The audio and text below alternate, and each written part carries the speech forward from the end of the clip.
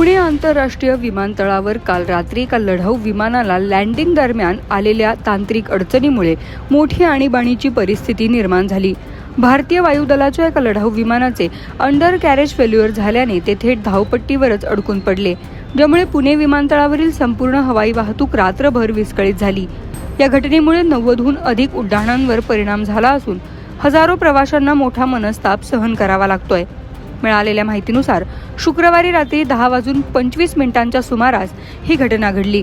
भारतीय वायुदलाचे एक लढाऊ विमान नियमित सरावानंतर पुणे विमानतळावर लँडिंग करत असताना त्याच्या चाकांमध्ये तांत्रिक बिघाड झाला. यामुळे विमान सुरक्षितपणे टॅक्सीवेपर्यंत पोहोचू शकले नाही आणि धावपट्टीच्या मध्यभागीच अडकले. धावपट्टीवर विमान अडकल्यामुळे इतर कोणत्याही विमानाचे उड्डाण किंवा लँडिंग करणे अशक्य झाले. परिणामी विमानतळ प्रशासनाला तात्काळ सर्व ऑपरेशन्स थांबवावे लागले. या गंभीर घटनेत सुदैवाने कोणतीही जीवितहानी झाली नाही. विमानातील वैमानिक आणि कर्मचारी सुरक्षित असल्याची अधिकृत पुष्टी सूत्रांनी दिली आहे. तसेच विमान धावपट्टीवरच थांबल्याने कोणत्याही नागरी मालमत्तेचे नुकसान झाले नाही. ही प्रशासनासाठी मोठी दिलासादायक बाब ठरली आहे. भारतीय वायुदलाच्या ATCने दिलेल्या माहितीनुसार तांत्रिक पथकाने रात्रीतूनच घटनास्थळी धाव घेत विमान धावपट्टीवरून हटवण्याचे काम युद्धपातळीवर सुरू केले. सुरुवातीला अडथळा दूर करण्यासाठी 4 ते 5 तास लागतील असा अंदाज होता.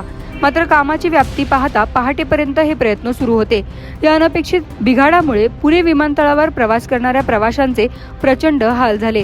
17 आणि 18 एप्रिल दरम्यान नियोजित असलेल्या अनेक उड्डाणांवर याचा थेट परिणाम झाला. विमानतळ प्राधिकरणाने दिलेल्या आकडेवारीनुसार तब्बल 90हून अधिक उड्डाणे रद्द किंवा वळवण्यात आली आहेत. विविध विमान कंपन्यांच्या रद्द झालेल्या उड्डाणांचा तपशील पुढील प्रमाणे. इंडिगो सर्वाधिक फटका बसलेली कंपनी.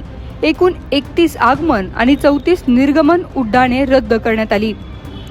एअर इंडिया एक्सप्रेस 5 आगमन आणि 5 निर्गमन उड्डाणे रद्द.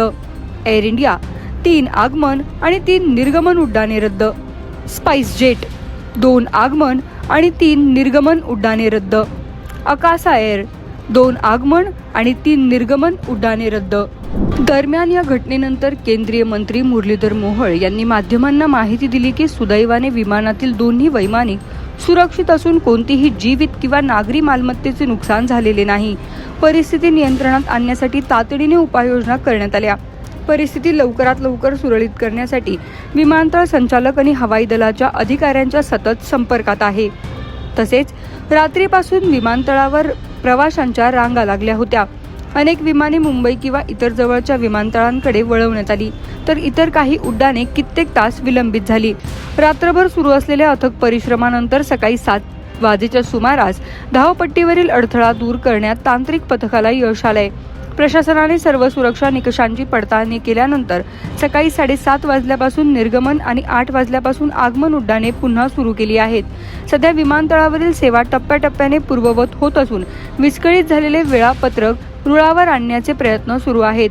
विमानतळ व्यवस्थापनाने प्रवाशांना विनंती केली आहे की त्यांनी विमानतळावर येण्यापूर्वी आपल्या संबंधित एअरलाईन्सशी संपर्क साधून उड्डाणाची सद्यस्थिती जाणून घ्यावी. एअरलाईन्सनी देखील प्रवाशांना मेसेज किंवा ईमेल्सद्वारे अद्ययावत माहिती देण्यास सुरुवात केली आहे. जरी सेवा सुरू झाली असली तरी रात्रीच्या खोळंब्यामुळे आज दिवसभर काही उड्डाणांना विलंब होण्याची शक्यता वर्तवण्यात येत आहे. या घटनेने विमानतळावरील आपत्कालीन व्यवस्थापन आणि तांत्रिक सज्जतेबद्दल पुन्हा एकदा प्रकाश टाकला आहे. वायुदल आणि विमानतळ प्रशासनाच्या तत्परतेमुळे मोठी दुर्घटना टळली असली तरी प्रवाशांच्या झालेल्या नुकसानीमुळे विमान वाहतूक क्षेत्रात या घटनेची मोठी चर्चा आहे. शगुफ्ता शेख, लोकमत.com, पुणे.